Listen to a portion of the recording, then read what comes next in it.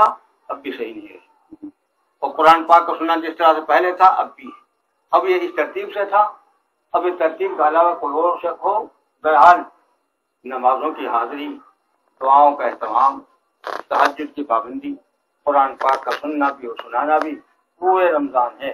اللہ ہمیں عمل کی توفیق عنایت فرمائے۔ بڑی بات یہ ہے کہ جے پور میں حفظ کلام پاک کا ایک سلسلہ چلا ہے، اللہ کی بہت بڑی فضیلت کی بات ہے۔ میرے سامنے بہت پرانا دور بھی ہے، جے پور میں قحط تھا پڑھے لکھوں، اللہ کا کرم ہے، بہت حفاظ کرام تو بہت، اور چند دن سے آپ حضرات کے اوپر وہ جوار کی محلوں میں تو ایسے اچھے انداز کی اس میں محنتیں ہو رہی ہیں۔ ہاں البتہ دیندار بننے اور دیندار بنانے کی کوششیں اپنی اپنی اولاد کو جتنے بھی پڑھا رہے ہیں۔ زمانہ جاہلیت تو جتنا گزر گیا، اور زمانہ جاہلیت میں بہت سی غلطیاں تو عفو کے درجے میں ہو جاتی ہیں، درگزر بھی ہو جاتی ہیں، لیکن جب اسلام کا شرع صدر ہو، احکامات وضاحت کے ساتھ آ رہے ہوں، پھر وہ گردانی ہو، اللہ کو پسند ہے۔ نماز میں کیا بات ہے، اسی لیے خوب پڑھائیں، دنیاوی تعلیم بھی منع نہیں، اسے بھی خوب پڑھائیں، مگر وہ ہماری ذمہ داری نہیں، ذمہ داری تو اجتہادی اسلام۔ اسی لیے والدین کی ذمہ داری ہے کہ اپنے بچوں کو نگرانی کے ساتھ لے کر کے چلیں، استاد سے معلومات کرتے رہیں کہ طالب علم کیسا چل رہا ہے، بچہ کیسا چل رہا ہے، کیسا نہیں چل رہا ہے۔ جب والدین کی نگرانی ہوگی اور اساتذہ کی نگرانی ہوگی تو انشاءاللہ العزیز بچہ صحیح پروان چڑھے گا، دیندار بنے گا۔ ورنہ بہت رنج ہوتا ہے تو فضا غالب آ رہی ہے، کیا کریں، ورنہ حافظ ہونے کے بعد ختم ڈالا عجائب بات۔ کوئی کتنا ہی بے پڑا جاہل سے جاہل باپ ہو، مگر وہ طے کر لے، اس کو برداشت نہ ہو یہ بات کہ بچہ داڑھی مڈا حافظ کسی کو بھی نہیں، خوب نادر خواہ خوب جاہل تب بھی نہیں، یہ تو آج رواج ہے، ورنہ کسی زمانے میں مشرکین بھی نہیں مڈاتے تھے، وہ بھی خط رکھتے تھے پورا۔ آج جب اسلام واضح ہو کر کے سامنے آیا، حلال حرام کھل کر کے سامنے آ گئے، پھر ایسے ایڈورٹائز جس کو دیکھ کر سب نفرت کریں، ہمیں کیا پتہ اندر کیا ہے۔ دکان پر شراب کا ٹھیکہ دکھ گیا، سب چھو کر کے نکلیں گے، انہیں کیا پتہ جواہر جوہری نے جواہرات سے بھرے ہوئے دکان پر لگا دیا شراب کا ٹھیکہ، ہر آدمی نفرت کر کے نکلے گا، کسی کو کیا پتہ اندر کیا ہے۔ حفاظ کرام نیک صالح بچے قرآن پاک پڑھے ہوئے، اندر کلام الہی ہے، اور لیبل لگا لیا شیطان کا، تو کون راضی ہوگا اس سے؟ جو ایسے ہیں وہ بھی برا سمجھتے ہیں، کافر کو برائی سمجھتا ہے، کرتے ہیں، مگر ہمیں ان سے کیا مطلب، ہمیں تو اپنے اسلام ایمان کی بات کرنی ہے۔ اسی لیے اس کا خاص طور سے یہ ساری مجلس ان حفاظ کرام کے استقبال میں اور اہتمام میں، قرآن پاک کے استقبال و اہتمام میں جمع ہوئے ہیں۔ اللہ ہمیں تمام احکام قرآنیہ پر عمل کی توفیق عنایت فرمائے۔ اور ایک حرف عمل کرنے کے لیے جب یہ بات ہوگی تو وہ فضائل سامنے آئیں گے، آخرت میں حیران رہ جائے گا۔ عن ابن عمر رضی اللہ عنہ قال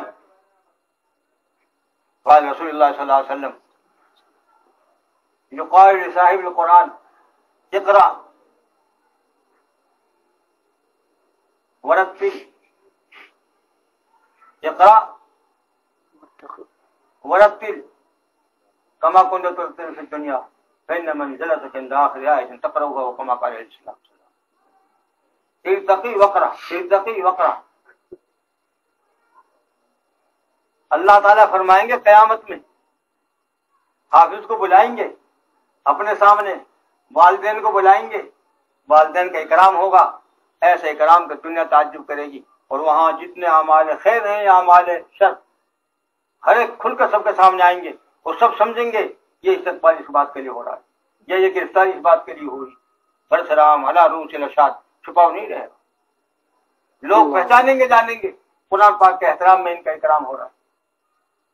والدین کے متعلق آیا ہے، ایسا جوڑا عنایت فرمائیں گے، دنیا کی ساری قیمتیں جتنی بھی پونجیاں، سونے چاندی دراہم دینار اشرفیاں اور مالیات سب مل کر بھی اس جوڑے کا بدل نہیں ہو پائے گا، مگر موقع جمال ہوگا، موقع جلال تو نہیں۔ جلال میں تو کس کی کیا تھا اس وقت، تو انبیاء علیہ السلام کی اتاب نہیں ہوگی، اللہ تبارک و تعالیٰ سامنے کس کی کیا ضرورت ہے؟ انبیاء علیہ السلام بھی اللہم سلم اللہم سلم اللہم سلم، لیکن ایک موقع جمال جب خوش ہوگا اللہ تبارک و تعالیٰ ان کو بلائیں گے، خوش ہوئیں گے، اور جوڑا بھی عنایت ہوگا والدین کو، اس کی ضرورت ہوگی اللہ یہ کس بات کے لیے کہ تمہارے بیٹے نے حافظ کیا ہے اس کے کرام میں، تو ان کا کیا ہوگا؟ اور اس کو کہہ دیا جائے گا قرآن پاک پڑھو، ایسا ہی پڑھو جیسے تم دنیا میں پڑھا کرتے، اور چڑھتے چلے جاؤ درجات، پڑھو اور چلو لیکن جیسے دنیا میں۔ اور یہ بات یاد رہے وہاں یہ اختیاری چیز نہیں ہے چاہے جیسے پڑھ لیں گے، یہاں بگاڑ کر پڑھتے تھے وہاں بنا کر پڑھ دیں گے، ایسا نہیں، بناوٹ تھوڑا ہی چلے گی، وہ حقیقت ہوگی جیسے اعمال کے اعتبار سے اور ہے الدنیا مزرعۃ الآخرہ، تو یہاں جس طرح سے وہ پڑھتے تھے اللہ تبارک ان کو جائز دیں گے اور وہ درجات ترقیات کرتا ہی چلا جائے گا، ہر آیت پر ایک درجہ بلند، ہر آیت پر ایک درجہ بلند ہوگا، یہ شرف حاصل حفاظ کرام کو ہے۔ آیات قرآن پاک کی 6666 ہے متفق علیہ، بعد میں اوقاف زیادہ لکھا ہے تو زیادہ بھی ہے، 6666 ہے، تو کیا انتہا ہو درجات؟ یہ تو ان کا ذاتی عمل ہے، اور چیزیں ہیں، عالم بھی ہے تو اور بڑھے گا، حاجی بھی ہے تو اور بڑھے گا، حجاج کرام کے لیے تو 400 گرام تک کا آیا ہے، اور خالی حافظ کے لیے یہاں ہے اپنے خاندان کے، اللہ تعالیٰ انہیں سامنے کریں گے اپنے خاندان کے جتنے بھی ہیں یہ سب وہ ہیں جن پر دوزخ واجب ہو چکی ہو، ان میں سے جن 10 کا تم ہاتھ پکڑ لو گے ہم نے بخشا ان کو، چنانچہ وہ ان 10 کو پکڑ لے گا اور جنت میں لے جائے گا اپنے ساتھ۔ یہ چیز کہاں رکھی ہو چیزوں، میں ساتھ ساتھ اس لیے ذکر کر رہا ہوں اس کا کہ دنیاوی تعلیم بھی ہم منع نہیں کرتے، لیکن عزیز و دوستو یہ بھی تو دیکھو کہ کہاں یہ قدر و عظمت اور کہاں وہ تقابل نہیں، ضرورت ہے، ضرورت کے لیے آدمی جو ہے لکڑی کا کام بھی سیکھتا ہے، لوہے کا بھی سیکھتا ہے، تعمیرات بھی سیکھتا ہے، کیا سکھائے؟ جیسے وہ ہنر ہے ایک یہ بھی ہنر ہے، ملازمت ہے، رزق روزی کا نظام یہ بھی ہے اسباب، لیکن مقصد بن کر نہیں، مقصد بن کر نہیں، مقاصد تو یہی احکام شریعہ ہے، یہی قرآن پاک ہے، یہی دین اسلام ہے، مقاصد یہی ہے، وہ چیزیں تو سلوتوں میں ضمناً ہے۔ آپ یہ اندازہ لگاؤ ہم اتنا خرچ کر رہے ہیں اس کے پیچھے، اتنا خرچ کر رہے ہیں کہ بہتوں کو اکثر کو ان کی طاقت سے باہر ہے وہ خرچ، لیکن خوب پڑھایا، خوب چلایا، وہ تو یہ ڈگریاں ہیں، وہ تو وزیر اعظم بن گیا ملک کا، لیکن کیا قبر میں اگر کمزوریوں پر گرفت ہونے لگی تو کیا یہ بات چل جائے گی کہ جی یہ تو بیچارے وزیر اعظم صاحب تھے ان سے تو کچھ نہیں کہو؟ منکر نکیر جو سختی پر آئیں گے کیا اس کی میٹرک کام آ جائے گی، اس کا جج ہونا کام آ جائے گی، اس کی وزارت کام آ جائے گی؟ وہ پٹائیاں ہوں گی جو یاد رکھیں، اس پر تو اتنا خرچ ہو، اور جس میں دونوں عالم کے نجات ہے اس پر قاضی علی ملا جی دے دیں گے، قرآن پاک بھی استاد جی دے دیں گے، فلاں کتاب بھی حافظ صاحب دے دیں گے، اس کے خرچ کے لیے کہاں گئی وہ دکانیں، وہ کہاں گئی وہ تجارتیں؟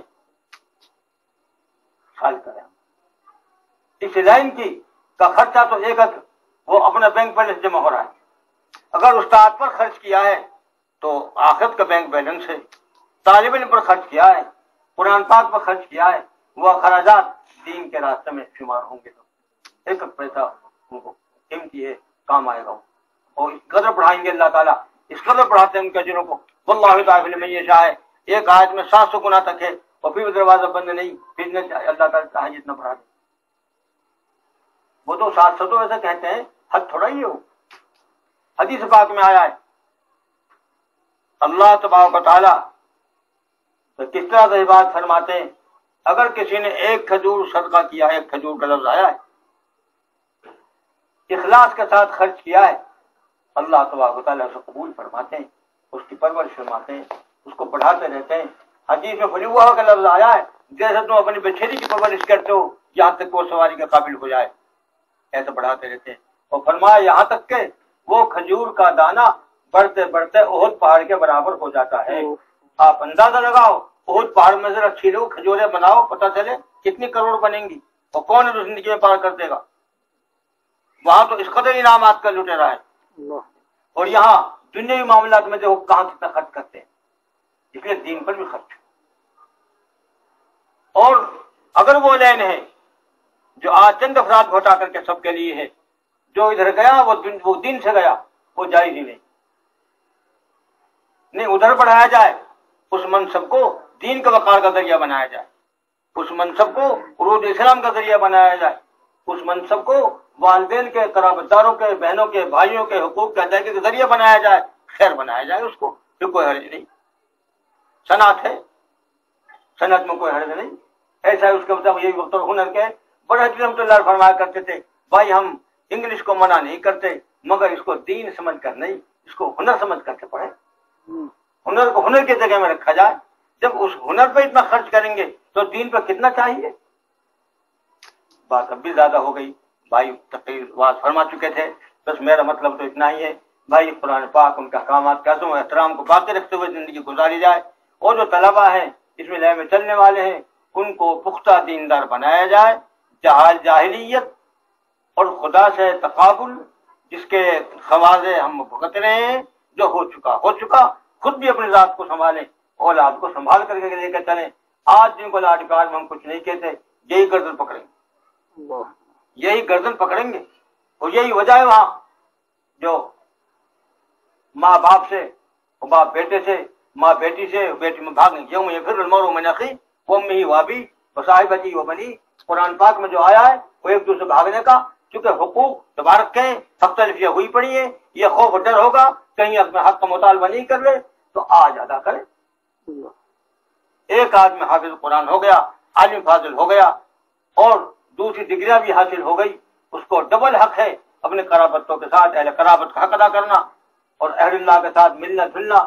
اب جب زیادہ سمجھ ہو گئی تو زیادہ کل کی باتیں وجود میں آنی چاہیے. معاملہ الٹا ہو رہا ہے، جس کو زیادہ ڈگری مل گئی وہی بھوت بن گیا. نہ ان کے والدین کا حق رہے، نہ کوئی قرآن پاک کا مسجد کے حقوق رہے. وہ اپنی دھن میں ہے، وہ شیطنت کا جھنڈا ہاتھ میں لے کر اور یوں سمجھتا ہم کیا بن گئے، کچھ نہیں بنے. ہاں اسلام کا جھنڈا ہے پھر سب کچھ ہے، وہ مجاہدین میں شمار ہوں گے. اللہ تعالی ہمیں بھائی عمل کے توفیق عطا فرمائے. وقت بھی زیادہ ہو جاتا ہے ورنہ اور بھی ایک آدھ مسائل پیش فرما دیتے. حفصہ بھی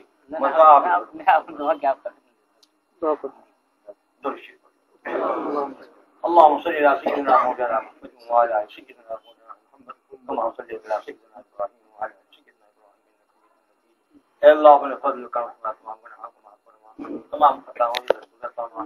اے اللہ شرط کا گنہگار ہیں، اے اللہ اپنی بھول سے کہاں پہنچ گئے.